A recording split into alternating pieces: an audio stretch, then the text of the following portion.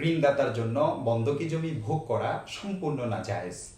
এটি মূলত ঋণ প্রদান করে বিনিময়ে সুদ গ্রহণেরই একটি প্রকার। এভাবে নামমাত্র ভাড়া প্রদান করাও জায়েজ নয়, বৈধ নয়।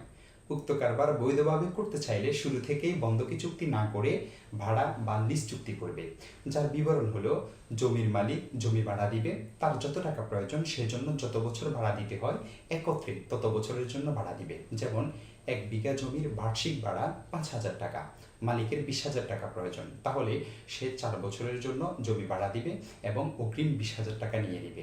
এক্ষেত্রে জমির ভাড়া স্থানীয় ভাড়া থেকে সামান্য কম বেশিও হতে পারে।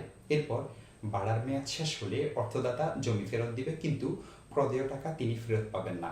অবশ্য সময়ের আগে ফেরত দিলে যে কয়দিন ভাড়া ছিল সে পরিমাণ ভাড়া কর্তন করে অবশিষ্ট টাকা ভাড়াটিয়ে ফেরত পাবে। দেখতে পারেন মুসান্নিফে আব্দুর রাজ্জাক 8 নং খণ্ড 244 নং পৃষ্ঠা ও 245 নং পৃষ্ঠা, শরহু মুখতাসারি তোহাবি 3 নং খণ্ড 149 নং পৃষ্ঠা, রদ্দুল মুখতার 6 নং খণ্ড 482 নং পৃষ্ঠা, বাদাইউস সানায়ে 5 নং খণ্ড 212 নং পৃষ্ঠা, শরহুল মাজাল্লা খালিদ আতাসির 3 নং খণ্ড 196 নং পৃষ্ঠা ও 197 নং পৃষ্ঠা, আয়রাউস সুনান 18 নং খণ্ড 64 নং পৃষ্ঠা।